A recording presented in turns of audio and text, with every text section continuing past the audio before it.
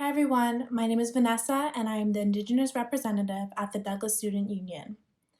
Each year, on June 21st, we celebrate National Indigenous Peoples Day. This day was created back in 1996 and it was chosen because it corresponds with the summer solstice, which is the longest day of the year. It is also a time that Indigenous groups would gather together and celebrate their culture and heritage. Since we aren't together in person this year, we decided to create a video to bring awareness to this day and to amplify Indigenous voices. It's important for us to reflect on the history of Indigenous people in Canada. We can learn so much from our elders and from Indigenous stories, so please keep watching this video so you can learn from their wisdoms and from their teachings. My name is Sandra Green. I'm of the Haida Nation. My Haida name is Tulgat. My grandmother gave me that name, and it's one that her dad gave to her. So our names are sometimes passed down. First off, I'd like to acknowledge that we're on Coast Salish territory and thank them for letting us be on their territory to do all the work and playing that we need to do. Today we're talking about National Aboriginal Day, and I'm so glad that we've got that. I'm so glad that people can celebrate the Aboriginal peoples throughout Canada. A few years ago is when this came in, and we have celebrations for our culture and traditions, which almost died out. In the 1867 to 1951, our potlatch, our modes of celebration, powwows, and everything were outlawed. So we were not allowed to practice them. I know a lot of people don't know our history and culture because it's just not been shared that much. So I'm really glad that people are paying more interest. And I know in these days and times with COVID and Black Lives Matter, there's been so much going on and so much of the racism is coming out. And it's, I'm glad it's coming out, but it's also really hard to look at sometimes, sort of hard to bear when you see how hard it is for some people. And this, especially we know, because we've been through it for many generations. My grandmother went to residential school, my mother went to residential school. I'm an intergenerational survivor. And if anybody has read anything on residential schools or listened to any of the survivors, you'll know that it was very difficult for our people. In fact, we've had to be so resilient to survive the many onslaughts that have happened to us since colonialism.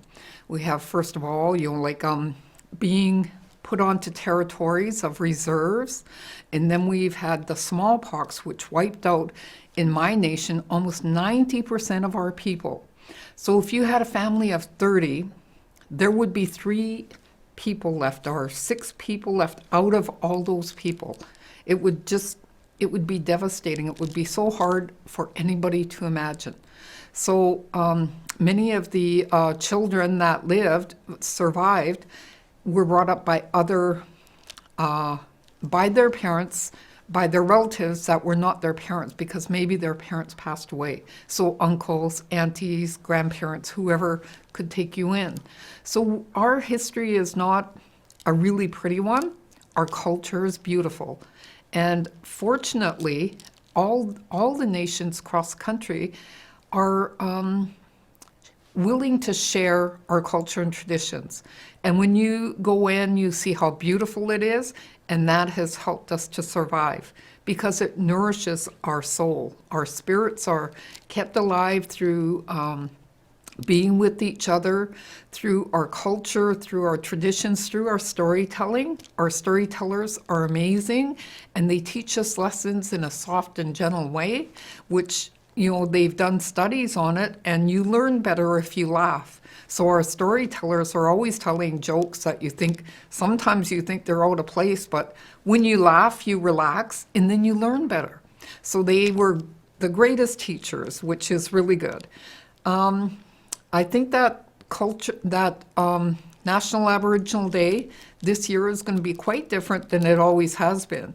We've always done our drumming and our singing and our performing and getting together then, and our food, eating our food too, which is really different. I know people think, well, Indian food, how could it be different than Canadian food? Well, it's it isn't different. We eat things that we've eaten for generations, like from the ocean. We eat rowan kelp. We eat octopus. We eat, well, of course, salmon. Everybody eats salmon, halibut, all the regular things. But we also have other things, goodnight and different foods that we eat that really help us to survive. And I'm really glad that you guys are doing this, because it ensures the survival of our young ones. Our young ones that are coming up can learn from our elders. And with this new technology medium, it makes it easier to share with other people. Hi everyone, Tansy. My name is Patty Hambler. I'm the new Director of Student Affairs and Services at Douglas College, and I'm pleased to offer my greetings to the Douglas community for National Indigenous Peoples Day this year. Myself, I'm Cree on my dad's side, so I'm a visitor to the Coast Salish territories. And one of the things that was really important for me coming to Douglas College as a new staff member was learning more about the territory here. And so I had the opportunity to do a little bit of research as I was preparing for my first interview, and I came across a really great documentary series called A Tribe of One, and it's the story of Chief Rhonda Larrabee of the Kakite First Nation. And so I wanted to offer this as an opportunity for anyone in the Douglas community to look up this online documentary. You can find it on the National Film Board website, and just really encourage everyone to take that opportunity to learn about the territory. That's in particular for the New West campus. But for me, when I offer a land acknowledgement, it's something that I want to know about is the local territory that I'm on.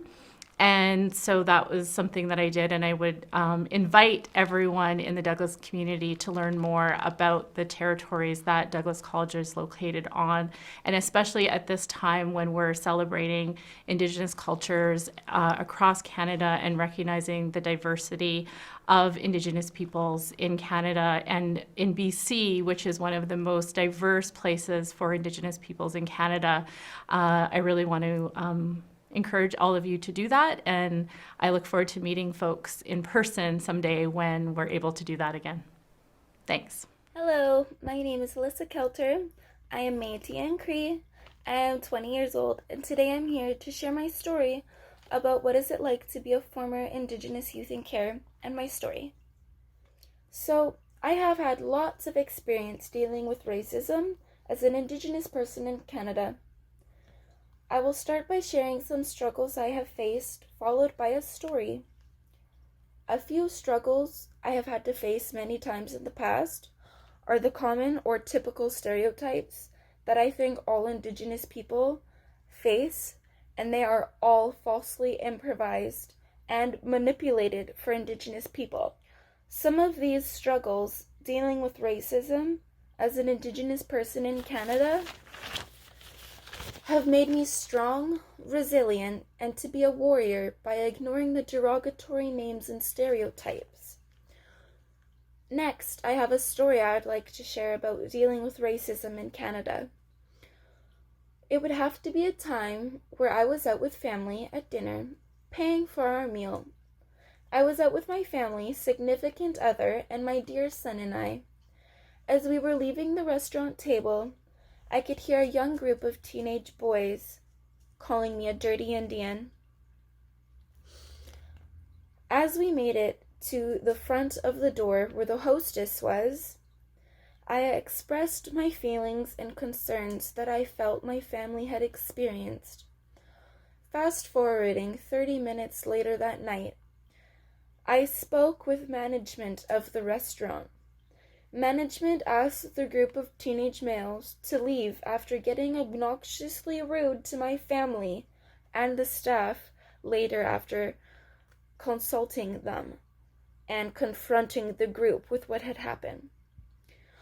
The group of males were then denied any more service and were immediately asked to leave. My family and I were also refunded our meal, given a gift card for the racism we had experienced.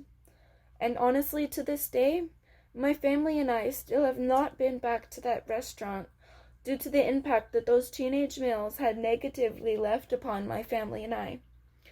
It wasn't the way that the restaurant had handled the service.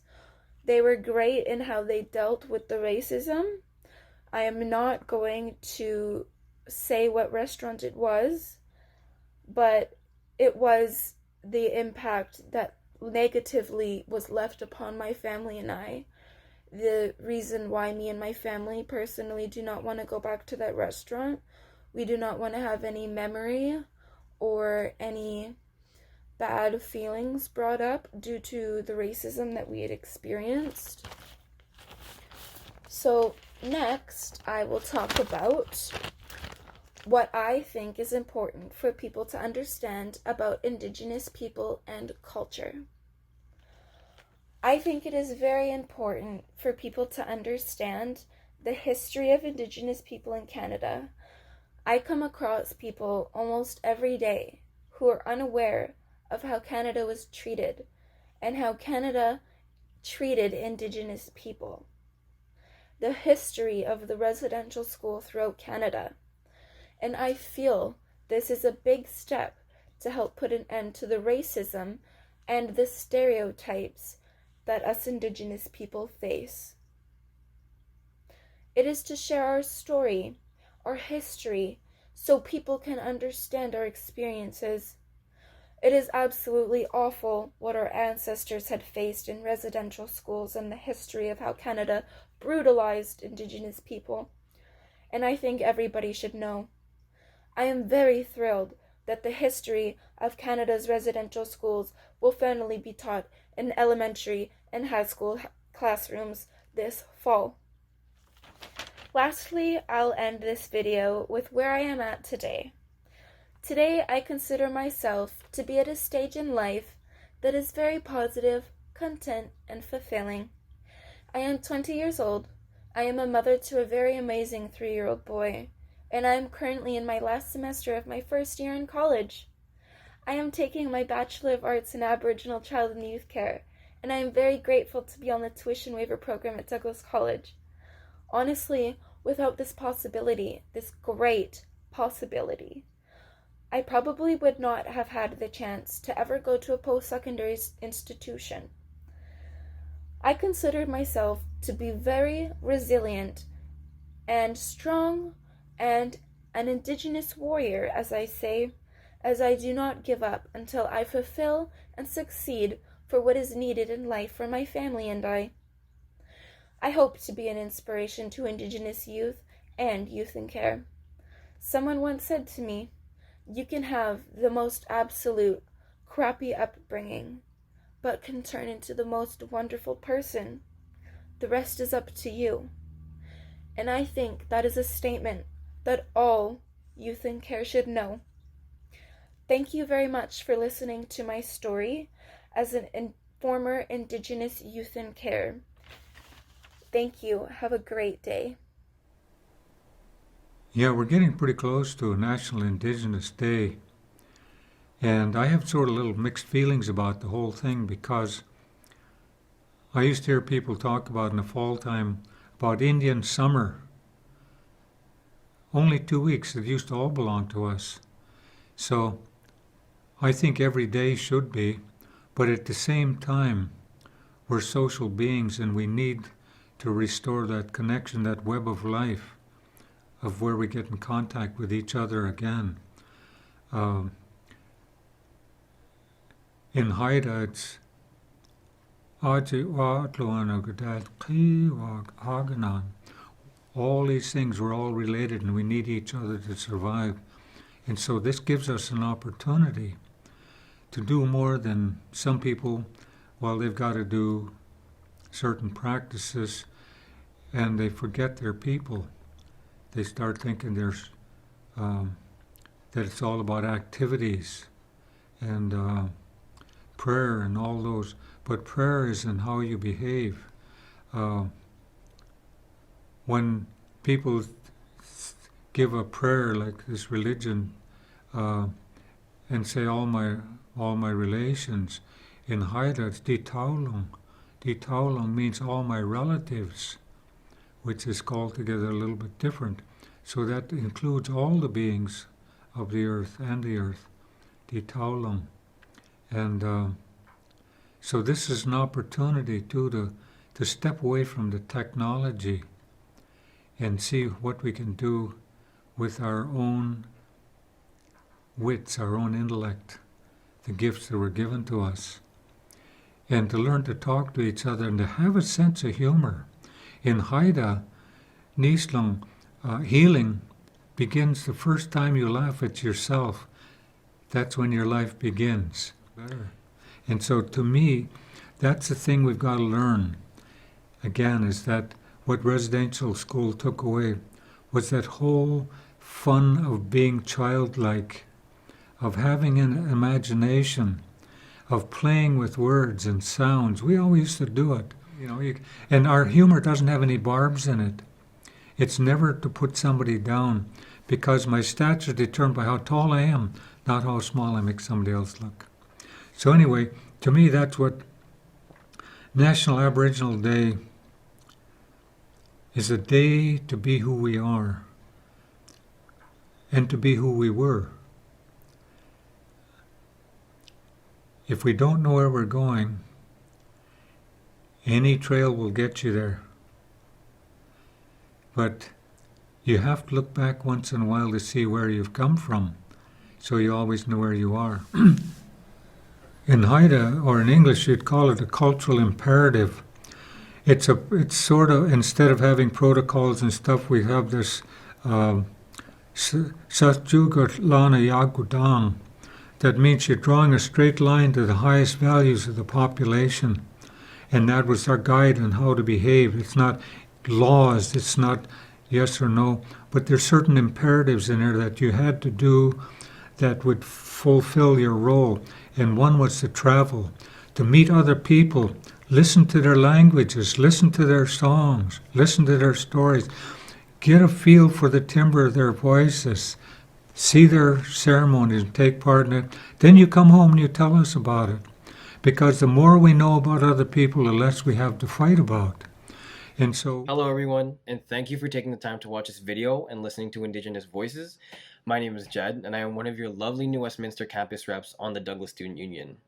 Here at the DSU, we are committed to the continuous education of Canadian history and the impacts that colonization has had on Indigenous people, culture, and their identity. We listen to Indigenous stories, and we work to amplify their voices because throughout our history, Canadians have benefited from systemic oppression that Indigenous people suffer under.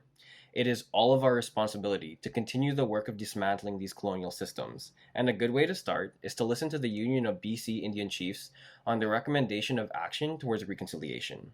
For all of us to continue our learning and growth, we will share some resources. Thanks again for watching.